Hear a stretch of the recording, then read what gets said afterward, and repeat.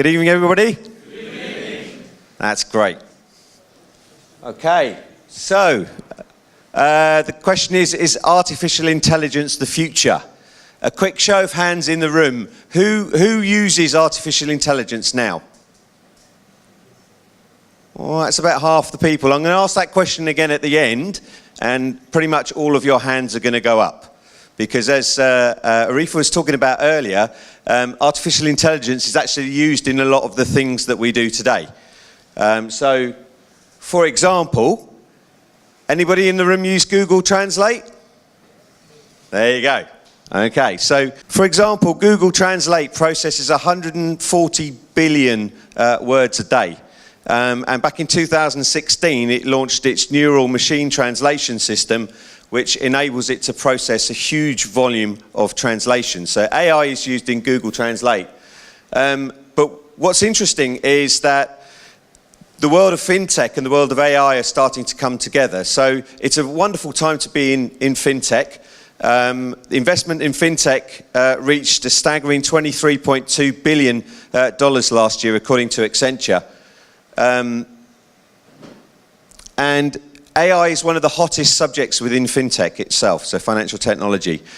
So a quote here from Paul Doherty, the CTO at Accenture: AI is poised to transform business in ways we have not seen since the impact of computer technology.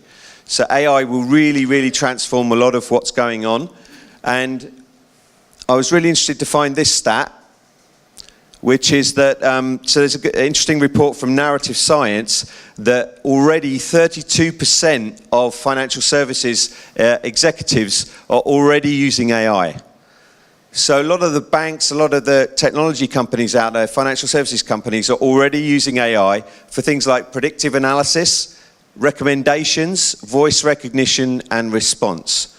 My bank, First Direct, when I ring them up now, they use voice recognition, so I don't have to remember those annoying special things that I've got to remember when I ring up my bank.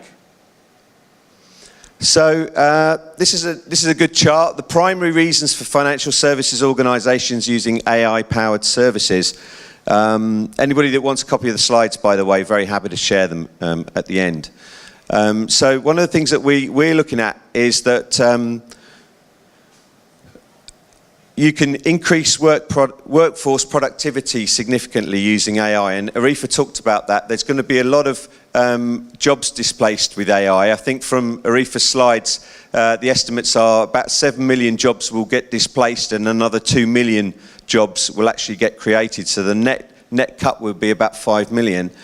But all organisations will start to look at AI as a way to improve their productivity. But it's not easy. There's a lot of hurdles around this, and it's a big buzzword at the moment. And as Arifa showed on that Gartner curve, you go into that dip of despair. Yeah? So you go through the hype, and then you go through the dip of despair as people get frustrated with not being able to implement fast enough, and then you go onto the curve of implementation. So I'm going to take you through a case study now of an organisation that has actually implemented artificial intelligence in a very interesting area called receivables. Okay? So look at your faces. Invoices, they're not very sexy, are they? Yeah? But the volume of overdue invoices in Europe is quite staggering. About 40% of the invoices that you issue as a business go past their due date. Okay? So 4 out of 10 invoices. So when Otto Group, which is one of the biggest retail groups in Europe, they're about a 12.5 billion euro turnover group, they identified the need to collect those overdue invoices a lot faster and a lot better and a lot more efficiently. So they looked at the process, which is quite outdated, heavily manual process. So when you go overdue with your invoice, you might get a letter in the post asking you to pay that invoice, and then a couple of weeks later when you don't respond to it, you get another letter in the post, and then you get another letter in the post. So these processes are very outdated and old-fashioned. So what they did was they partnered with a fintech builder who built them an AI platform, and that fintech builder is called Liquid Labs. So, the concept behind the AI platform is quite simple. If you're the person who's received the invoice, it learns your behavior when you go and chase that invoice. So when we go and ask you to pay that invoice, the AI learns your behavior so that it can modify its behavior to get you to pay quicker. So AI can sometimes be described in using agents. So these are variables that the AI can use and modify to change its behavior towards yourself. So with the invoices, for example, time is an agent. So if the invoice is sent out to you on a Monday morning and you delete that email, then the AI would learn that. You've deleted that email, you didn't respond, so it might change the time. So it might change it to the afternoon, or it might change it to a different day. This one I find quite fascinating, which is the channel agent. So the channel agent will decide which channel or which method of communication is the best way to communicate with you. So we're noticing a very big difference with the millennials. I don't know if you noticed, trying to walk along the streets of London today, it's almost impossible because people are messing about with their smartphones. Yeah? On average, we touch our smartphones over 300 times a day. And we look at them for more than 3 hours a day. Yeah? I'm looking around the room and there are about 10 people looking at their smartphones right now. Hopefully you're tweeting my slides.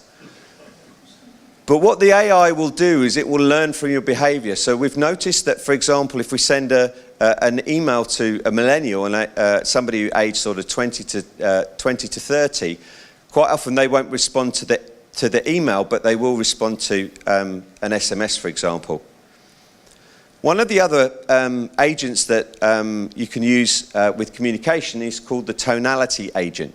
So this is where you vary the tone of voice from being friendly through to being quite severe.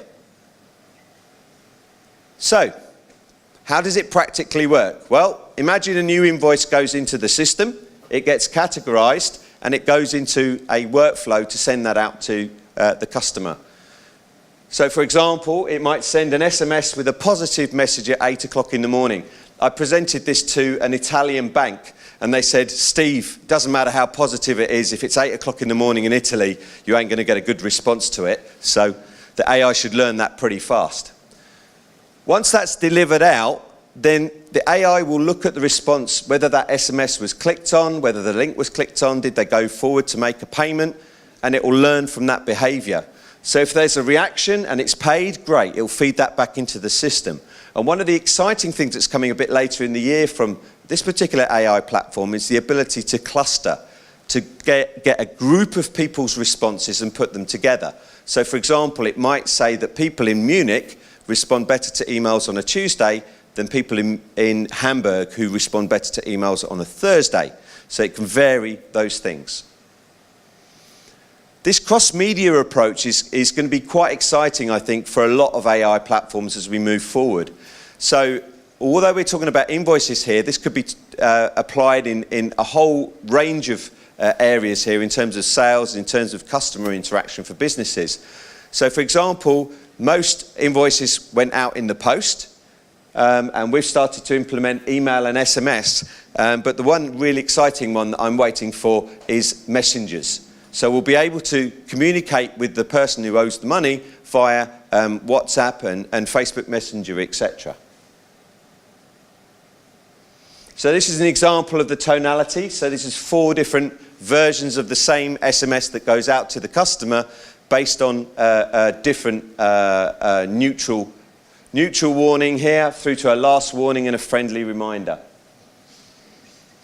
One of the areas that's quite interesting for me as well is around dispute handling. So imagine if an invoice has gone out to somebody and they don't want to pay the invoice for whatever reason. Often their response is nothing, so that they just don't pay it. Or if they're going to dispute it because they've already returned the goods or for any other reason, then quite often that will come back to the business in a very unstructured format. So they'll ring the call center or they'll send an email, or in certain circumstances they'll go on social media and start complaining.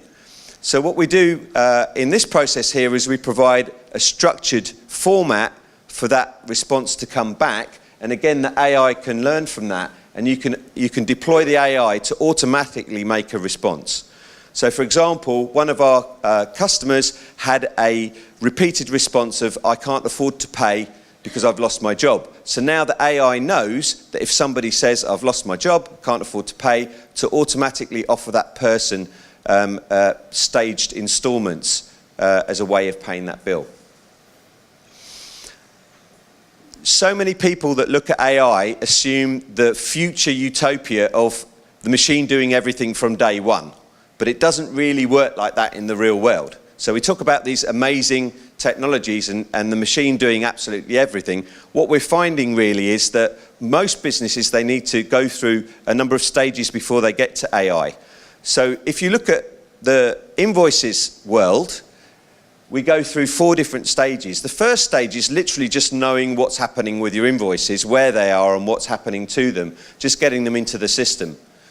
The second area is around digitization. So this is enabling the digital communication via SMS, email, that kind of thing to the customer, but also giving them the opportunity to pay quite quickly. So this is where, as Arifa was mentioning, I used to work a lot in payments, and there are new, very fast ways of paying a bill that don't involve a long process like a credit transfer. So there's technologies like PayPal that you're very familiar with, but there's a lot of new technologies coming down the line because of a financial regulation called PSD2, which will enable the banks to release their communication methods between each other.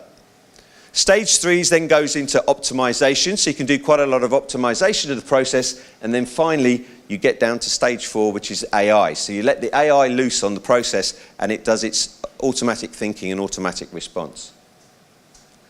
So, a very quick summary. Artificial intelligence presents a significant opportunity for financial services. All the major banks, all the major financial services organizations are looking at AI as a way of automating processes. Most of them are at least looking at it in 2017, but pretty much everybody that I've spoken to from all the banks, they already have projects up and running in AI. But it is a journey. There's productivity benefits and gains to be had on those steps as you go through visualization and optimization through to AI, but you don't get the AI benefits day one. You have to work at it to get through there. Thank you very much.